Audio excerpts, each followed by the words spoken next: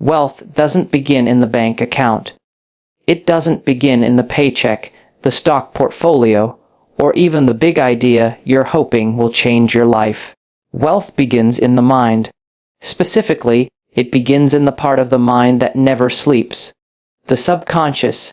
And what's extraordinary is that every night, just before you drift into unconsciousness, you are handed a key, a moment of access, a chance to whisper something into the depths of your being that the world outside cannot interrupt. This is not philosophy. It's psychology. It's physiology. It's the quiet intersection of intention and biology. And most of us miss it. Neville Goddard understood this intersection deeply. He didn't just teach about affirmations. He taught about impressing the subconscious like a seal pressed into wax. He believed that what you assume to be true of yourself becomes your reality, not because of magic, but because of alignment. When you say, "I am wealthy," you're not casting a spell. You are casting a vote for identity. And the place where that vote counts the most is not in the waking, conscious mind. It's in the subconscious, because that is what runs the show. Think about it. You can work hard all day, chasing money, building, grinding, striving. But if you fall asleep at night with a mind soaked in lack, fear, and doubt, you're reinforcing the very reality you say you want to escape. The subconscious is impressionable, but it's also obedient. It believes what it's fed, especially when the conscious guard is down. And every night, as you lie in bed, the guard does come down. The noise softens, the brainwaves shift, the critical filter relaxes, and in that fragile, potent window, the last few minutes before sleep, you are speaking directly to the part of yourself that creates your life on autopilot. This is why your nighttime rituals matter more than your morning routines. We've glorified hustle culture, 5 a.m. alarms, grinding before sunrise. But the truth is, you could win the day and still lose the night. Because it's in the night that your identity is rewritten. It's in the stillness, in the repetition, in the quiet declarations like, "I am wealthy," that your subconscious listens and says, "Ah, so that's who we are now." Not who we're trying to become. Who we are. That distinction is everything. Neville taught that you must assume the feeling of the wish fulfilled. Not just think it, not just speak it, but feel it. And feelings, as we know, are most potent when the body is relaxed, when resistance is low. This is why sleep is so important in the process. Your body is at rest, but your subconscious is still awake. And so it listens closely. What you whisper into that space has power, not because it's poetic, but because it's programming. Wealthy people, truly wealthy people, don't think like the rest of the world. They don't constantly tell themselves it's hard. They don't see money as scarce. They don't define themselves by limits. And that mindset wasn't just inherited. In many cases, it was trained, repeated, impressed. This is your opportunity to do the same. Let me be clear, this is not about delusion. It's not about pretending you're rich while ignoring reality. It's about reconditioning the internal reality so that the external reality has no choice but to follow. When the inner frequency changes, the outer results recalibrate. But that only happens when your subconscious believes it. And your subconscious believes what is repeated with feeling. So here's the practice. Before you go to sleep, speak the new identity, not like a wish, but like a truth. I am wealthy. I am prosperous. Abundance flows to me with ease. And don't just say it, feel it. Let the words rise in your chest, stir in your belly. Imagine what that life feels like, not just the money, but the security, the freedom, the peace. Let that become the emotional wallpaper of your sleep, because the subconscious doesn't respond to logic. It responds to emotion, to imagery, to repetition. This isn't woo-woo. This is neuroscience. Repetition creates neural pathways. Emotion strengthens them. Sleep integrates them. The world outside may still look the same for a while. Don't be discouraged. You're not speaking these affirmations to manipulate the world. You're speaking them to change yourself. And when that shift is real, When the identity of, I am wealthy, becomes familiar, lived in true, the external world adapts. It reflects the new image. Because it always does. You don't what you want. You get what you are.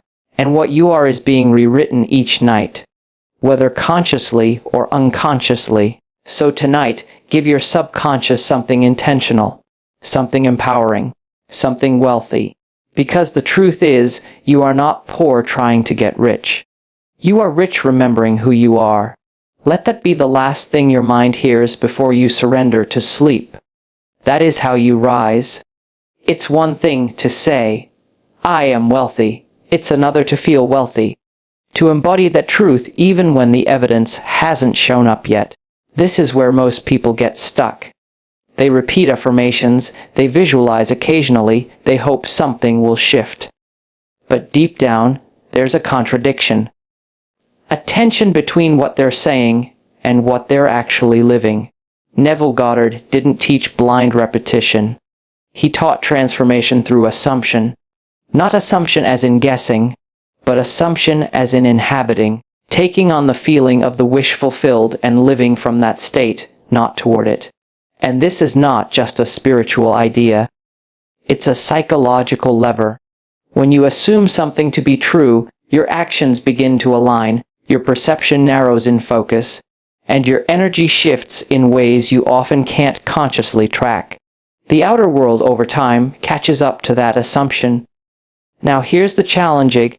Most of us are waiting for reality to change before we allow ourselves to feel differently. We want to see the numbers in the bank before we feel secure. We want the job offer before we believe in our worth. We want the external win before we grant ourselves the internal permission. But that's not how identity works. Identity isn't built from evidence.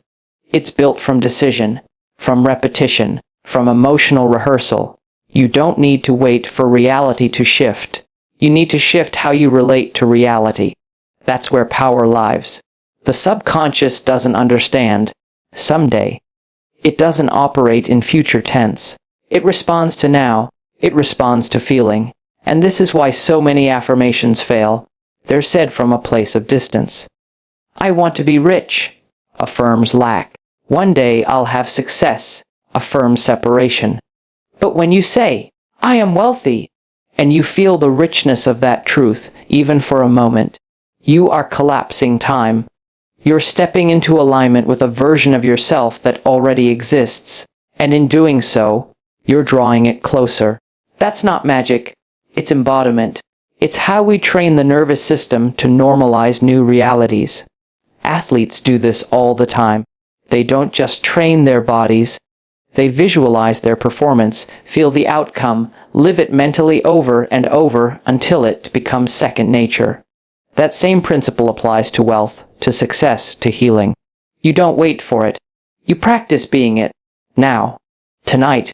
In your imagination, in your body, in your language. Not to pretend, but to prepare. When Neville said, assume the feeling of the wish fulfilled, he wasn't giving poetic advice. He was laying out a blueprint for psychological reconditioning. The subconscious does not respond to words alone. It responds to feelings paired with repetition. And the most potent time to do this is at night, when the veil between conscious and subconscious begins to dissolve. In that quiet space before sleep, you have access to the deeper parts of yourself that run your beliefs, your impulses, your filters of perception. So if you say, I am wealthy, but you feel small, desperate, uncertain, that's the vibration that gets imprinted. But if you say those same words and you breathe into them, if you allow yourself to feel the calm of financial security, the freedom of choice, the ease of overflow, your subconscious begins to accept that identity as real. And once that identity becomes familiar, your behavior changes. You begin to make decisions from abundance rather than fear. You begin to notice opportunities instead of barriers. You begin to act like someone who expects things to work in their favor. And more often than not, they do. There's a fundamental shift that happens when you stop affirming what you wish to be true and start affirming what you know to be true. internally. Even if the world hasn't caught up yet, that inner knowing becomes a compass. It creates consistency in your energy, and people feel it. Circumstances bend toward it. The world reacts not to your desperation, but to your alignment. And let's be honest, you've already done this in reverse. You've already embodied lack, even when there were resources around you. You've already assumed failure, even when success was within reach. So now you're just flipping the current, reversing the assumption, choosing, deliberately, to live from a different internal posture. This isn't arrogance. This isn't denial. It's creative responsibility. It's saying, I understand how powerful my inner state is, and I choose to elevate it. Not because I'm escaping reality, but because I'm ready to shape it. So tonight, when you lie in bed, don't just recite words. Don't just chant affirmations like a checklist. Sink into the identity. Picture your wealthy self, not just what they wear or what they drive, but how they carry themselves, how they speak, how they think, how they sleep at night, knowing they are supported. Let that version of you take the lead. Not in some distant future, but now. Because the only thing standing between you and your wealthy reality is the gap between what you say and what you're willing to feel. Close that gap, and the world has no choice but to respond. Your assumption becomes your experience. So the question is not, what do you want? The question is, what are you willing to feel as real tonight? Let that be the bridge between where you are and who you're becoming. When we talk about wealth, most people's minds go straight to money. They imagine stacks of cash, overflowing bank accounts, luxury lifestyles. And yes, financial abundance is a part of it. But it's only one piece. Real wealth, the kind that sustains, empowers, and expands you, is holistic. It includes money, but also health, peace, freedom, love, purpose. If you're wealthy financially but poor in spirit, poor in health, poor in peace of mind, then you're not truly wealthy. You're surviving in disguise. Neville Goddard never spoke of wealth in isolation. He understood that abundance isn't a number. It's a state of being. And that state of being is reflected not only in how you think about money, but how you think about yourself, how you value your time, your body, your relationships, how you carry your identity in every room you enter. You can affirm, I am wealthy, 1,000 times, but if you ignore your health, your inner chaos, your emotional depletion, you're building wealth on a cracked foundation, and eventually, it collapses. This is why your nightly affirmations must speak not only to the external, but to the internal. Not just to what you want to own, but to who you want to be.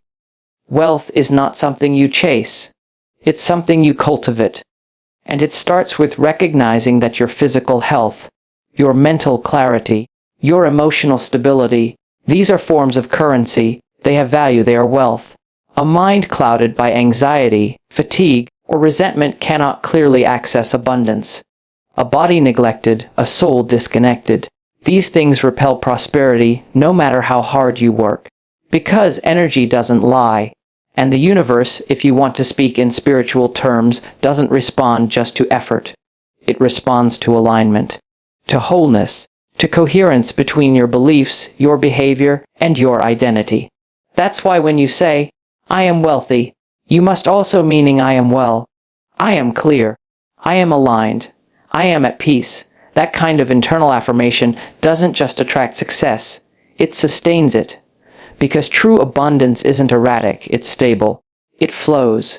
And it flows best through people who are whole. You may have seen this in other people who earn huge amounts of money, but sabotage it. Or people who build careers and lose their families, their health, their peace along the way. That's not wealth. That's imbalance. That's the cost of pursuing external validation without internal integration. And you don't have to follow that path. You get to redefine wealth for yourself. Not smaller but deeper. You begin that redefinition each night. When the noise of the world fades, and it's just you and your thoughts, that's when you imprint your definition of wealth. Speak not only to your bank account, but to your heart.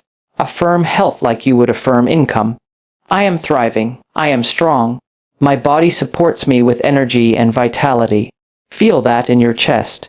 Let that be part of your nightly ritual. Because when your body feels safe, your mind can expand, and when your mind is clear, opportunities appear. Not magically, but naturally, because clarity breeds vision and vision directs focus. And what about peace?